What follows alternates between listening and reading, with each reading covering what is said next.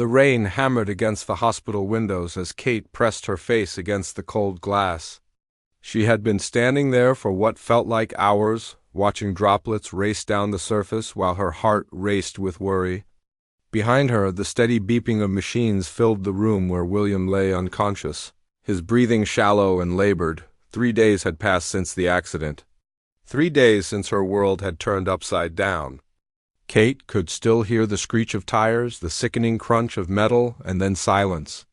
The kind of silence that makes your ears ring and your heart stop. She had been in the passenger seat when the truck ran the red light. William had seen it coming and swerved, taking the full impact on his side of the car. The doctors spoke in hushed tones about brain swelling, induced comas, and uncertain outcomes. Kate understood enough to know that her husband of 8 years might never wake up. The man who made her coffee every morning, who sang off-key in the shower, who still left love notes in her lunch bag, was fighting for his life while she stood helpless. Her sister Sarah had tried to convince her to go home, to shower, to eat something substantial. Kate had managed only small sips of water and a few crackers. How could she eat when William couldn't? How could she sleep when he was trapped in darkness? The nurses were kind but firm about visiting hours, yet somehow Kate had managed to stay. She had become part of the furniture, a fixture in room 314. William's mother, Margaret, arrived from 3 states away, her eyes red from crying and the long drive. She was a strong woman who had raised 4 boys on her own after her husband died young. But seeing her eldest son lying motionless had broken something inside her. Kate watched as Margaret took William's hand and spoke to him about his childhood, about the time he built a treehouse that collapsed the same day, about his first girlfriend who had broken his heart when he was 16, the neurologist. Dr. Peterson was a man in his 50s with kind eyes and gentle hands. He explained that William's brain had suffered trauma from the impact. The swelling was significant, and they were keeping him sedated to give his brain time to heal. There were no guarantees. Some patients woke up completely normal. Others never woke up at all. Many fell somewhere in between, facing long roads to recovery with uncertain destinations. Kate found herself talking to William constantly, even though the doctors weren't sure he could hear her. She told him about the flowers their neighbor, Mrs. Henderson, had brought, about how their cat Whiskers was refusing to eat and kept looking for him. She read him the sports section because he never missed the baseball scores.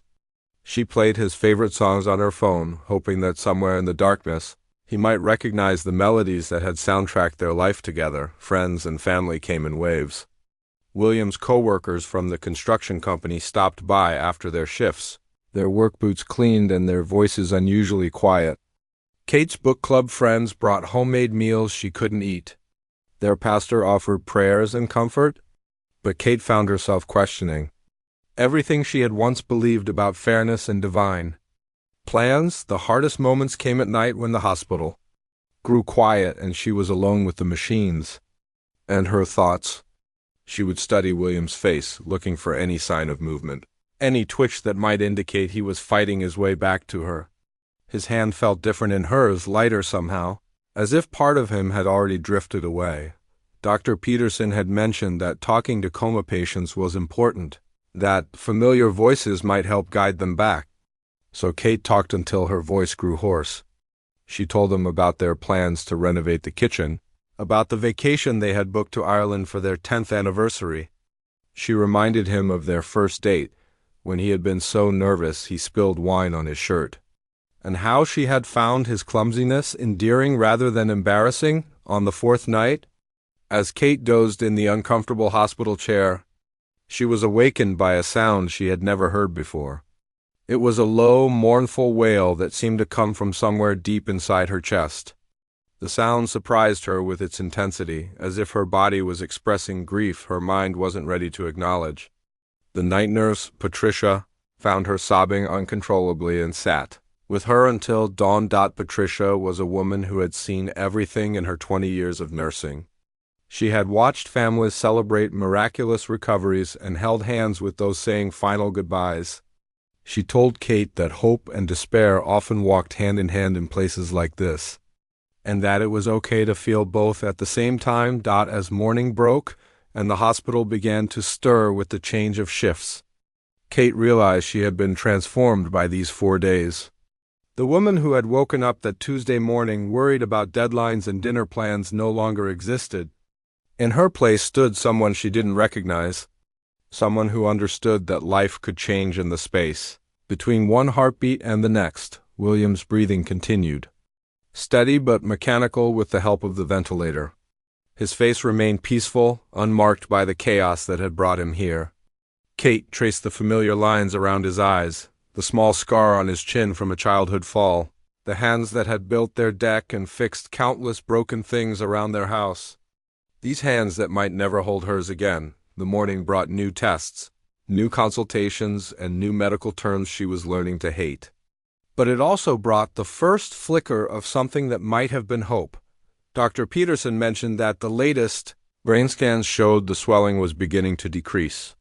It was a small step, but in a world where she had learned to measure progress in millimeters, it felt momentous. 2 weeks had passed since the accident, and Kate had developed routines that helped her navigate each day. She arrived at the hospital at 6 in the morning, just as the night shift was ending. The security guard, Miguel, had stopped asking for her visitor badge and simply nodded as she walked through the automatic doors. She knew which elevator was fastest, which vending machines were restocked on which days, and exactly how Patricia liked her coffee. The swelling in William's brain had continued to decrease, and Dr. Peterson had begun the process of gradually reducing the sedation.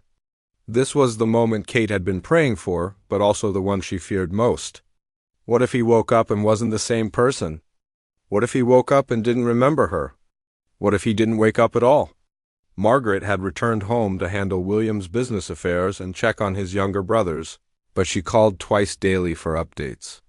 Kate's sister Sarah had practically moved into their house, feeding Whiskers and handling the insurance claims and medical bills that arrived with relentless regularity. The financial reality of William's condition was beginning to sink in, but Kate pushed those worries aside. Money could be figured out later. Right now, her only job was to be here when he needed her. Dr. Peterson explained that waking up from a coma wasn't like the movies, where someone simply opens their eyes and asks what happened. It would be a gradual process, possibly taking days or weeks. William might show small signs of awareness before fully regaining consciousness. Kate should watch for eye movements, responses to touch, or changes in breathing patterns when she spoke to him. The waiting was excruciating. Kate found herself studying every flicker of William's eyelids, wondering if she was seeing actual movement or just hoping so hard that her mind was creating signs that weren't there. She had memorized every line on the monitors, every normal range the nurses had mentioned. When his heart rate increased slightly while she was reading to him, she called it progress. When it returned to baseline, she tried not to see it as a setback. Other families came and went from the ICU. Kate watched a young mother celebrate. When her teenage son opened his eyes after a motorcycle accident, she witnessed an elderly woman say goodbye to her husband of 50 years, choosing to let him go peacefully rather than continue aggressive treatment. These glimpses into other people's worst days reminded Kate that tragedy didn't discriminate, and that every person in those hospital beds was someone's whole world. The ICU had its own rhythm and culture. The nurses worked 12-hour shifts and knew each patient's story intimately. They celebrated small victories like a patient squeezing their hand or following simple commands. They also handled the devastating moments with grace and compassion that Kate found almost miraculous. How did they do this job day after day without becoming overwhelmed by the sadness? Patricia became Kate's anchor during those long days. She had raised 3 children as a single mother while working nights at the hospital, and her practical wisdom was exactly what Kate needed. Patricia didn't offer empty platitudes about everything happening for a reason. Instead, she brought Kate real food from the cafeteria and insisted she eat it. She showed Kate the family room where she could lie down on an actual bed for a few hours. Most importantly, she treated William like a person rather than a medical case, talking to him while she checked his 4 lines and adjusted his position. On day 16, something changed. Kate was reading William the sports section when she noticed his breathing pattern had shifted. It was subtle, barely noticeable, but after watching him for over 2 weeks, she had become attuned to every variation. She called for Patricia, who immediately contacted Dr. Peterson. The medical team performed various tests, shining lights in William's eyes and testing his reflexes. Dr. Peterson seemed cautiously optimistic but warned Kate not to get too excited. Brain injuries were unpredictable, and what seemed like progress could sometimes be temporary. Still, they decided to continue reducing the sedation and see if William would begin to emerge on his own. That night, Kate barely slept. Every few minutes, she would check to see if William's eyes had opened, if his hands had moved, if anything had changed. She had imagined this moment countless times, picturing him waking up and saying her name. But now that it might actually happen, she was terrified. What would she say to him? How would she explain what had happened? Would he be angry that she had let the doctors keep him unconscious for so long? The next morning brought visitors Kate hadn't expected. William's crew from the construction site arrived together, still wearing their work clothes and carrying a card they had all signed. These were tough men who worked with their hands and didn't usually express emotions easily, but Kate could see the genuine concern in their faces. They told stories about William's sense of humor, how he always remembered everyone's birthdays, how he had helped several of them through difficult times in their own lives. Kate realized she had been so focused on her own grief and fear that she had forgotten how many other people loved William too. He wasn't just her husband. He was a son, a brother, a friend, a mentor to younger workers, a neighbor who cleared snow from elderly Mrs. Henderson's driveway every winter. His absence had created ripples in dozens of lives. As the day progressed, Kate noticed more subtle changes. William's eyelids fluttered more frequently. When she took his hand, she thought she felt the slightest pressure in return. Dr. Peterson confirmed that William's brain activity was increasing and that his body was beginning to respond to stimuli more consistently. The emotional roller coaster was exhausting. Kate found herself crying at unexpected moments, sometimes from hope, sometimes from fear, sometimes from sheer exhaustion. Sarah had convinced her to see a counselor who specialized in helping families of trauma patients. Kate had resisted at first, feeling like she should be strong enough to handle this on her own, but the sessions were helping her process emotions she didn't even know she was having. That evening, as Kate sat holding William's hand and telling him about their neighbor's new puppy, she heard something that made her heart stop. It was barely audible, more of a sigh than actual speech, but she was certain William had tried to say something. She pressed the call button and waited anxiously for Patricia to arrive.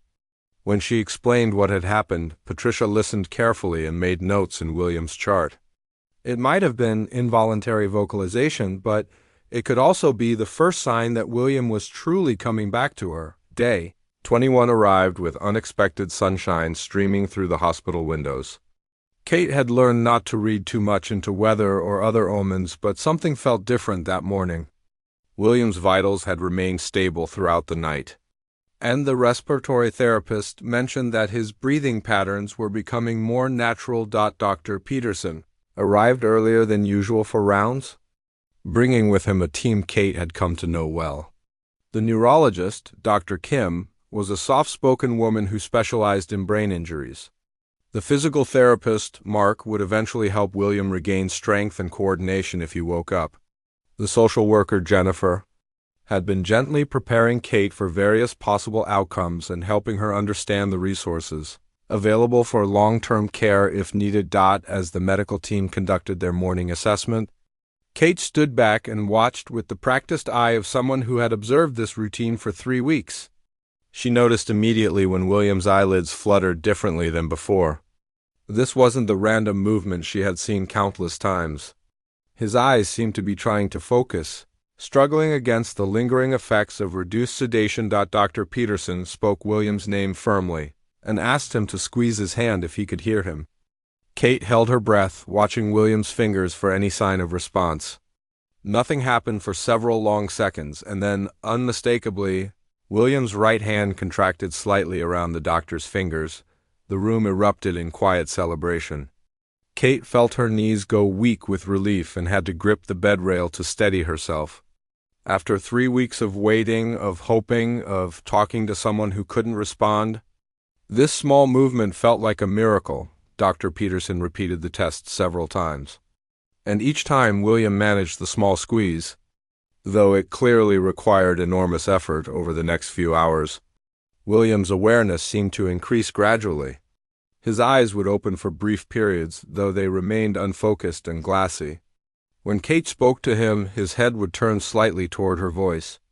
The medical team was cautiously optimistic, but warned that this was still very early in what would likely be a long recovery process. Margaret received the news by phone and immediately began making arrangements to return. William's brothers wanted to drive up together, but Dr. Peterson suggested limiting visitors initially. Too much stimulation could actually be harmful for someone in William's condition. The brain needed time to adjust to consciousness gradually. Kate was finally allowed to stay overnight officially, and the hospital provided a more comfortable chair that reclined. She positioned herself where William could see her if he opened his eyes and continued her constant stream of conversation. Now, though, she felt like someone might actually be listening. When she told him she loved him, she thought she saw his eyebrows furrow slightly, as if he was trying to process her words. The speech therapist, Angela, became a new member of the team. She explained that William would likely have difficulty communicating at first, even if his cognitive function was intact. The breathing tube had damaged his throat, and the brain injury might affect his ability to form words or understand language. These problems could be temporary or permanent. Only time would tell. On the third day after William first squeezed Dr. Peterson's hand, his eyes opened and stayed open for several minutes. Kate found herself looking into the blue eyes she knew so well, but they seemed different somehow, confused and frightened. She spoke softly, telling him where he was and that he was safe. She wasn't sure if he understood, but his gaze seemed to search her face as if trying to place her in his memory. Dr. Peterson performed more complex neurological tests. William could track movement with his eyes and seemed to respond appropriately to simple commands like look up or blink twice. However, when asked more complex questions that required verbal responses, he showed signs of frustration, opening his mouth, but producing only unintelligible sounds. The emotional complexity of William's awakening surprised Kate. She had imagined feeling only joy and relief, but instead found herself experiencing a complicated mix of emotions. Yes, she was grateful beyond words that he was alive and aware, but seeing his confusion and struggle was almost as painful as watching him lie unconscious. The William she knew was articulate and decisive. This version of her husband seemed lost and vulnerable in ways that broke her heart all over again. Angela began working with William on basic communication skills. They started with simple yes or no questions that he could answer by squeezing once for yes and twice for no. Did he know his name? 1 squeeze. Did he remember the accident? 2 squeezes. Did he know where he was? 2 squeezes. Did he recognize Kate? A long pause, then 1 firm squeeze that brought tears to Kate's eyes. The medical team explained that William's memory might return gradually or in fragments. Some memories from before the accident could be permanently lost, while others might come back completely intact. His short-term memory was likely to be affected, meaning he might not remember conversations from one day to the next. At least initially, family dynamics became complicated as more people wanted to visit. William's youngest brother, Jake, drove up from college and was shocked by what he saw. Jake was used to William being the strong older brother who fixed everything and gave advice.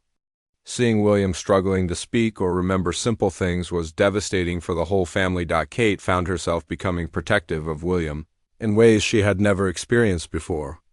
When visitors stayed too long and she could see him becoming tired or frustrated, she would politely ask them to leave. When medical students asked to observe his case for educational purposes, she initially refused, not wanting him to feel like a specimen being studied. The physical aspects of recovery were beginning as well.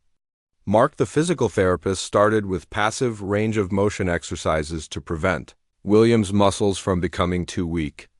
Eventually, if his progress continued, they would work on sitting up, standing, and walking.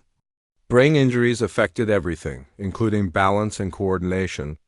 So, physical recovery would be just as important as cognitive healing. Insurance companies and social workers began discussing discharge planning, even though William was still in the early stages of recovery. The acute care hospital couldn't keep him indefinitely. Eventually, he would need to move to a rehabilitation facility, or if his progress stalled, possibly a long-term care facility. These conversations felt premature to Kate, but she was learning that the medical system operated on timelines that didn't always match the patient's needs. As the fourth week began, William's progress continued in small increments. He could stay awake for longer periods and seem more aware of his surroundings. When Kate played his favorite music, his eyes would brighten and he would try to move his fingers as if tapping along to the rhythm. These moments of recognition gave Kate hope that somewhere inside the damaged brain, her husband was still fighting to come back to her. The transfer to the rehabilitation hospital happened on a rainy Thursday morning, exactly 6 weeks after the accident. Kate had mixed feelings about leaving the ICU where William had fought for his life. The nurses there had become like family, and Dr. Peterson had been her lifeline through the darkest period. But she also understood that moving to rehab meant progress, that William was strong enough now to begin the hard work of recovery. Sunny Meadows Rehabilitation Hospital looked nothing like the sterile ICU they were leaving behind.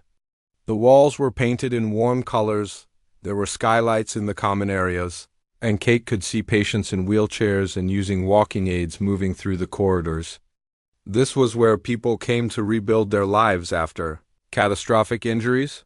William's new room was larger and had a view of a garden where patients could spend time outdoors. The bed could be adjusted so he could sit up more comfortably, and there was space for the various therapists who would be working with him daily. Kate was relieved to see that family members were not only welcome but encouraged to participate in the recovery process. Dr. Rodriguez was the physiatrist who would oversee William's care. She was a woman in her 40s who had dedicated her career to helping people recover from brain injuries. During their first meeting, she explained that William's recovery would likely take months or even years. The brain healed differently than broken bones or torn muscles. Progress might come in sudden bursts followed by long plateaus, and there would probably be setbacks along the way. The rehabilitation schedule was intense. William would have physical therapy twice a day to rebuild his strength and coordination. Occupational therapy would help him relearn basic skills like eating, dressing, and eventually more complex tasks. Speech therapy would continue working on his communication skills. Neuropsychology sessions would address cognitive issues like memory, attention, and problem-solving abilities. Kate was amazed by the other patients she met in the family lounge. There was Maria, whose teenage daughter was recovering from a skiing accident. There was Robert, whose father had suffered a stroke at age 58. Each family had their own story of tragedy and hope, of small victories and frustrating setbacks. Kate found comfort in talking to people who understood what she was going through in ways that even her closest friends couldn't. William's first week in rehab was challenging for both of them. The therapies were exhausting, and he often became frustrated when he couldn't complete tasks that had once been automatic. Kate watched him struggle to button his shirt, something he had done thousands of times before the accident. The occupational therapist, Lisa, was patient and encouraging, but Kate could see the anger and confusion in William's eyes. Communication remained difficult. William's vocabulary was returning gradually, but he often searched for words that wouldn't come. He might start to say water and instead say blue or make up words that didn't exist. Angela, his speech therapist, explained that this was called aphasia and that it was common after brain injuries. The pathways for language had been damaged and needed to be rebuilt or rerouted. One of the hardest moments came when William asked about the accident for the first time. Kate had been dreading this conversation, unsure how much to tell him and when. Dr. Rodriguez had advised being honest, but not overwhelming him with too much information at once. Kate explained gently that they had been in a car accident, that he had been hurt badly, and that he was in the hospital to get better. William listened intently, his brow furrowed with concentration. But she wasn't sure how much he truly understood.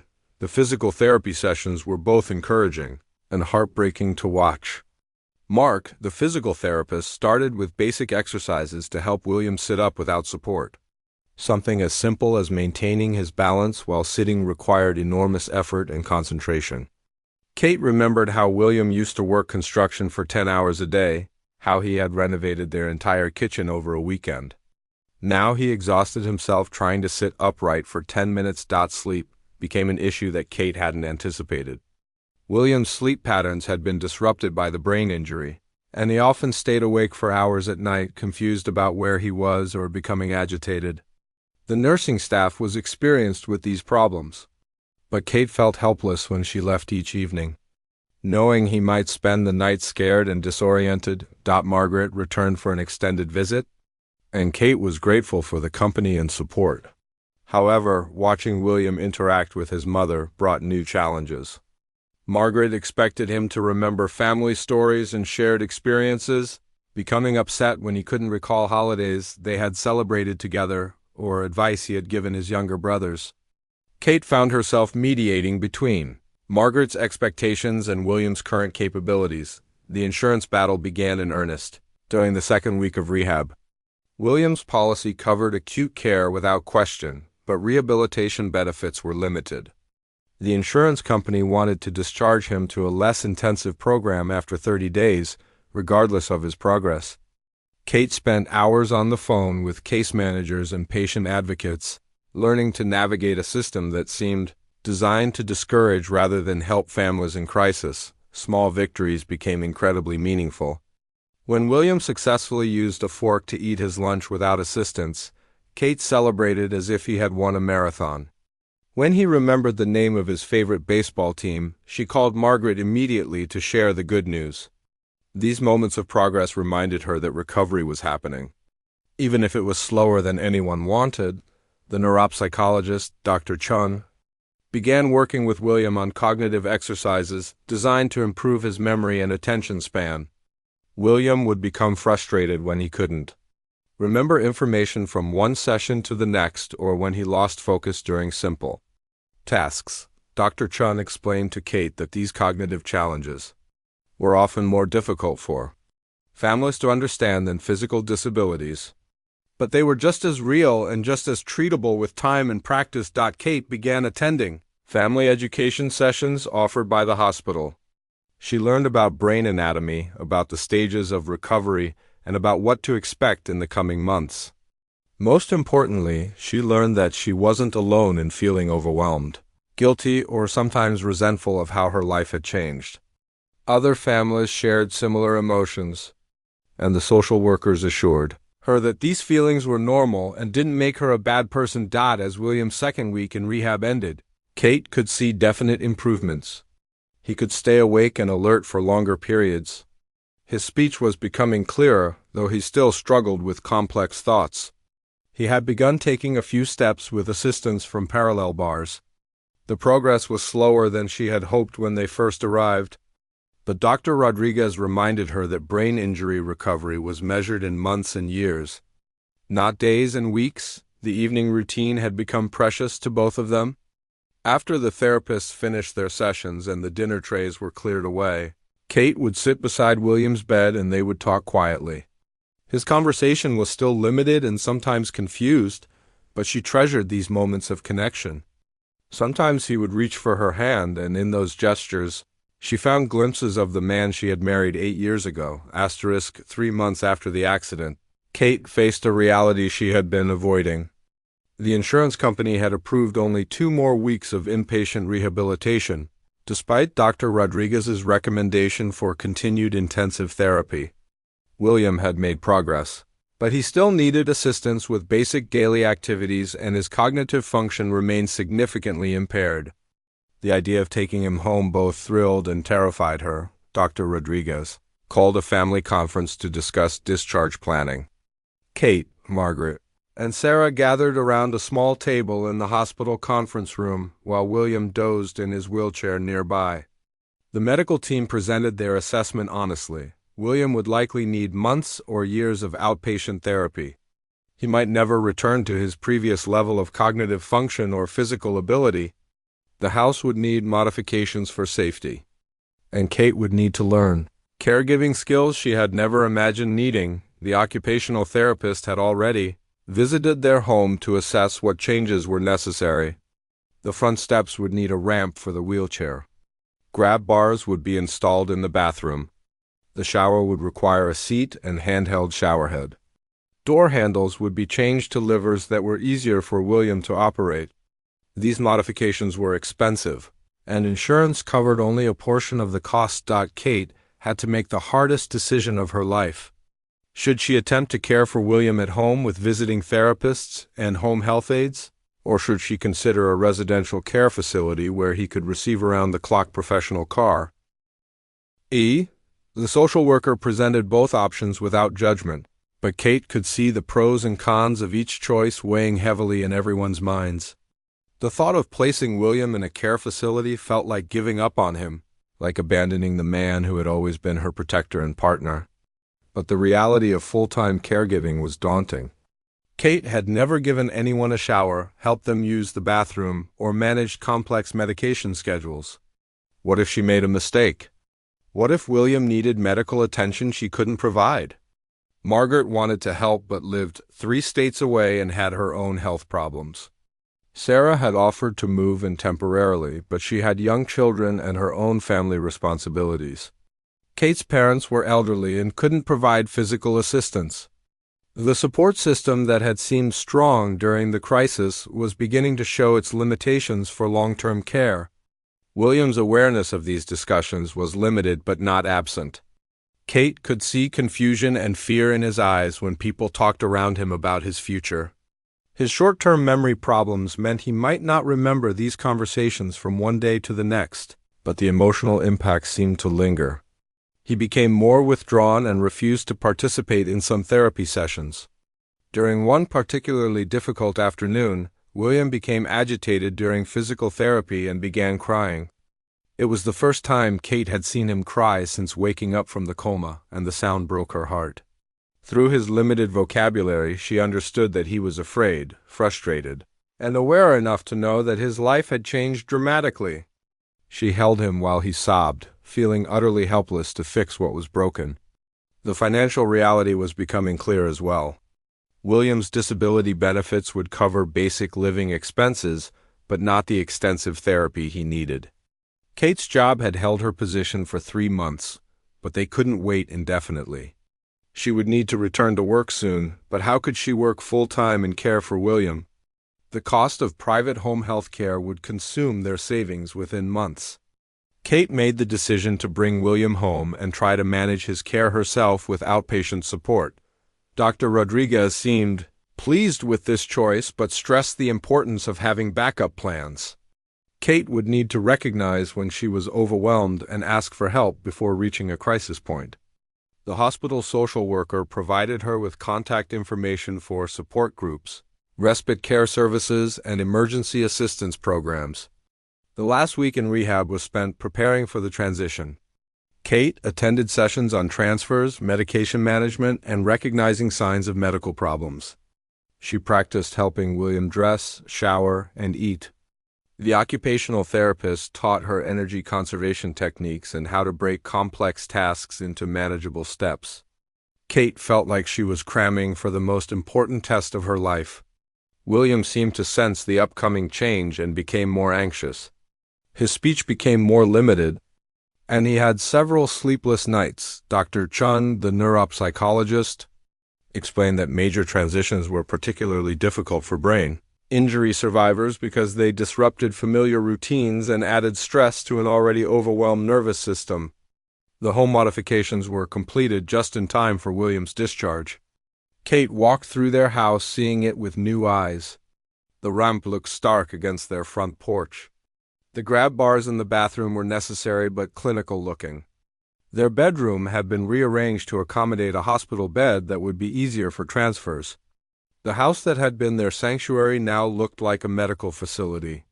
Discharge day arrived with a mixture of celebration and anxiety. The therapy staff had become like family over the past month, and saying goodbye was difficult. They provided Kate with detailed care instructions, therapy schedules, and emergency contacts. William seemed confused by the activity but perked up when he realized he was going home. The ride home was quiet.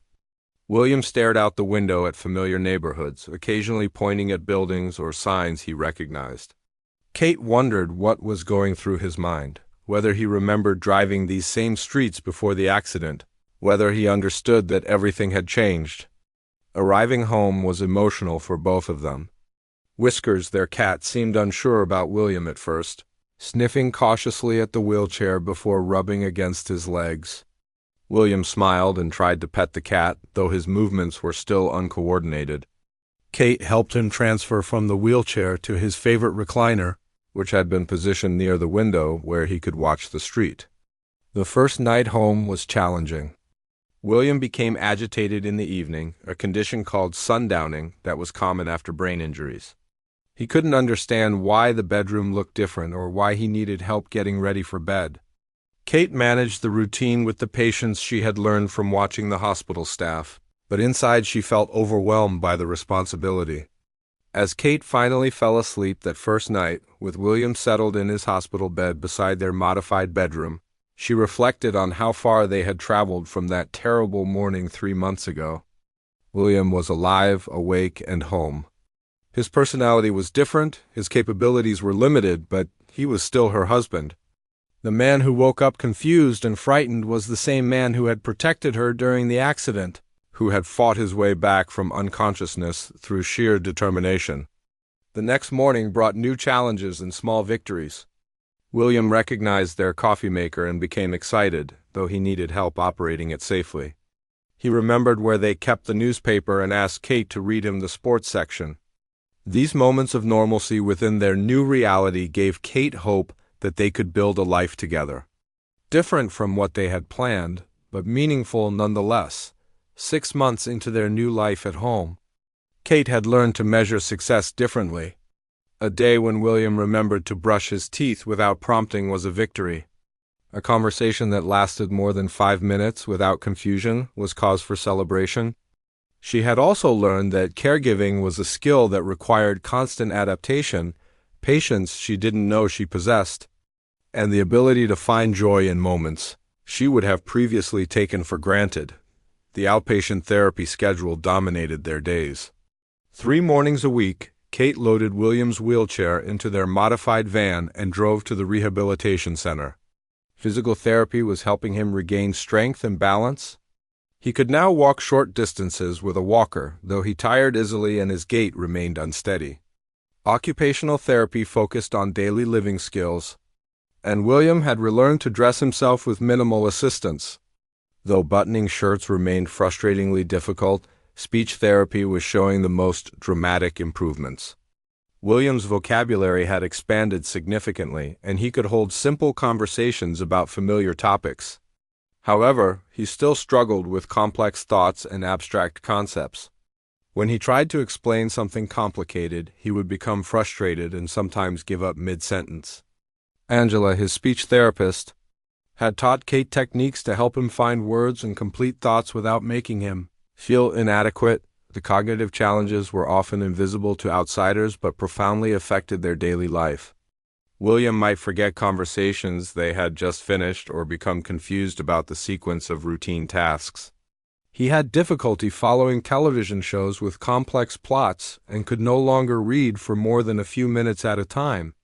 Kate had learned to break information into small pieces and repeat important details multiple times. Dr. Chun continued working with William on memory strategies and cognitive rehabilitation. They practiced using a daily planner, created visual reminders for important tasks, and worked on exercises designed to improve attention span. Progress was slow but measurable.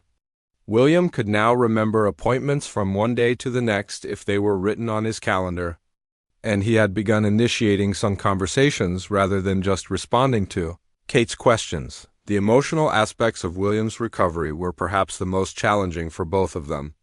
He experienced mood swings that seemed to come from nowhere, becoming suddenly angry or tearful without obvious triggers. Dr. Rodriguez had explained that emotional regulation was controlled by the same brain areas that had been injured in the accident. William was often as surprised by his emotional outbursts as Kate was. Apologizing afterward with genuine confusion about what had happened, Kate had joined a support group for caregivers of brain injury survivors. Meeting once a week in the church basement, 8 other women and 2 men shared stories, advice, and encouragement. Some were caring for spouses, others for adult children or parents. All understood the unique challenges of loving someone whose personality and capabilities had been altered by injury. The support group had taught Kate about the concept of ambiguous loss, grieving for someone who was still alive but fundamentally changed. She was learning to mourn the future she and William had planned while building a new relationship with the man he had become.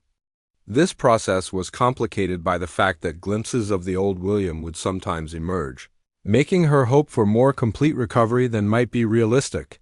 Financial pressures continued to mount. Kate had returned to work part-time, leaving William with a home health aide 3 days a week. The aide, Carmen, was a gentle woman who had experience with brain injury patients. She helped William with exercises, prepared simple meals, and provided companionship during the long hours when Kate was away. However, even part-time home health care was expensive, and their savings were dwindling.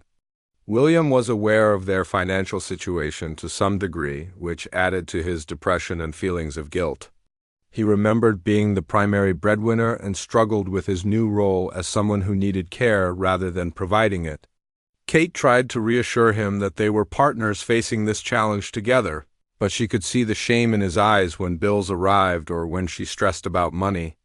The marriage counseling that Dr. Rodriguez had recommended was helping both of them navigate their changed relationship. The counselor, Mrs. Patterson, had experience with couples dealing with brain injury.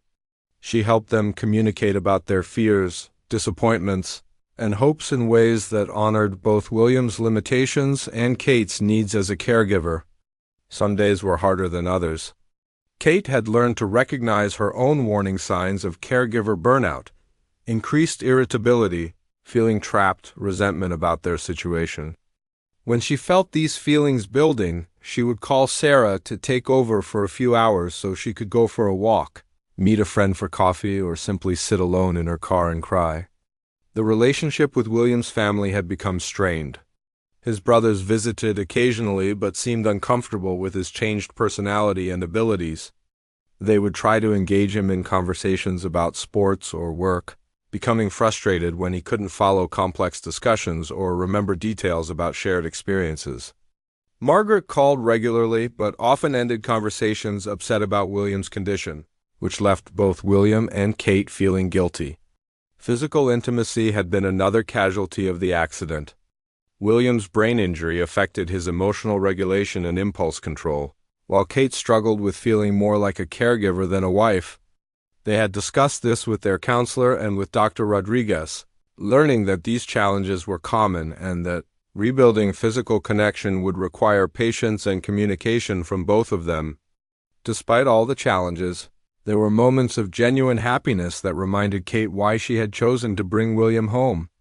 When he laughed at something on television, when he remembered an anniversary or birthday, when he reached for her hand during a movie, she felt glimpses of the connection they had shared for 8 years before the accident. William had begun showing interest in activities he could still enjoy. He liked listening to music and had started attempting to play simple songs on the guitar, though his coordination was limited.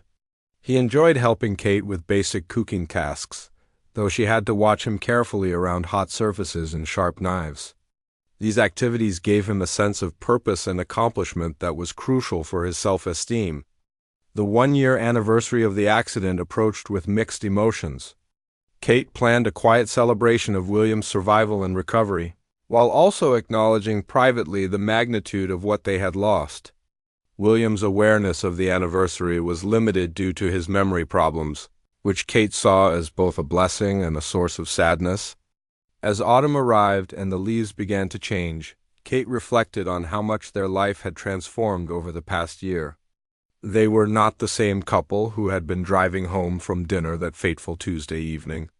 The future they had planned was gone, but they were building something new from the pieces that remained. It wasn't the life she would have chosen, but it was their life. and she was learning to find meaning and moments of joy within its limitations. 2 years after the accident, Kate stood in their kitchen making coffee on a Tuesday morning that felt both ordinary and miraculous. William sat at the table reading the newspaper, moving his finger slowly under each line of text to help maintain his focus. His reading speed was still much slower than before the accident, but he could now understand and remember most of what he read. These quiet morning routines had become precious to Kate, representing a stability she had feared they might never achieve. William's recovery had continued slowly, but steadily. He could now walk without assistance for short distances, though he still used his walker for longer trips or when he was tired. His speech was clear and his vocabulary had returned to nearly normal levels, though he sometimes still searched for specific words or lost his train of thought mid-sentence. Most remarkably, his personality had stabilized, and Kate could see more of her original husband emerging as his brain continued to heal. The occupational therapist had recently declared William capable of preparing simple meals independently, a milestone that had brought tears to Kate's eyes. Watching him successfully make scrambled eggs or heat soup might seem insignificant to others, but Kate understood the months of practice and determination these abilities represented. William took pride in these accomplishments too, often insisting on cooking breakfast or making their afternoon. Dr. Chun had explained that brain healing could continue for years after an injury, sometimes producing improvements that seemed impossible in the early stages of recovery. William's case was proving this theory correct. His attention span had increased dramatically, allowing him to watch entire movies or engage in longer conversations. His memory for recent events was still impaired, but he could now remember important information for several days. If it was written down and reviewed regularly, the financial situation had stabilized somewhat. William had been approved for long-term disability benefits, and Kate had returned to full-time work now that William could safely stay home alone for several hours. They had sold their car and bought a smaller, more economical model that was easier for William to get in and out of. The home modifications that had once seemed clinical now felt like natural parts of their living space. Kate had developed her own support network through the caregiver group and had even begun volunteering at the rehabilitation hospital, helping other families navigate the early stages of brain injury recovery. Sharing her experience and offering hope to people facing the same fears she had conquered gave her a sense of purpose beyond caregiving. She had discovered strength and resilience she never knew she possessed. The relationship between Kate and William had evolved into something different but meaningful. They were no longer the carefree couple who had planned elaborate vacations and spontaneous weekend adventures. Instead, they had become partners in a different kind of journey, one that required patience, communication, and the ability to find joy in small victories. Their love had deepened in ways Kate couldn't have imagined before the accident. Physical intimacy had gradually returned to their relationship, though it required understanding and accommodation from both of them. William's emotional regulation had improved significantly, and Kate had worked through her feelings about their changed dynamic with the help of individual counseling. They had learned to be patient with each other and to communicate openly about their needs and limitations. William had found new interests that accommodated his changed abilities. He had joined a support group for brain injury survivors where he could talk with people who understood his challenges. He had also begun volunteering at a local animal shelter, walking dogs and helping with basic care tasks. The animals didn't judge his slower speech or occasional confusion, and the work gave him a sense of contributing to something meaningful. The dreams of returning to construction work had been abandoned, but William had discovered an aptitude for simple woodworking projects. With Kate's help, he had set up a small workshop in their garage where he could make birdhouses and simple furniture pieces. The work required concentration and fine motor skills that served as ongoing therapy while producing items they could give as gifts or sell at craft fairs. Margaret had gradually accepted William's new reality and learned to interact with him in ways that honored his current capabilities rather than expecting him to be the person he had been before. His brothers visited more regularly now that William's personality had stabilized, and they had found activities they could enjoy together. Like watching sports or playing card games with simplified rules, Kate had learned to see their life through a different lens. Instead of focusing on what William couldn't do, she celebrated what he could accomplish. Instead of mourning the future they had lost, she found satisfaction in the life they were building together. The woman who had once measured success by career advancement and material accumulation now found deep meaning in helping her husband relearn how to make coffee or watching him successfully navigate a conversation with a neighbor. The support group continued to be an important part of Kate's life. She had watched other members face different outcomes with their loved ones, some more positive and others more challenging than her own situation.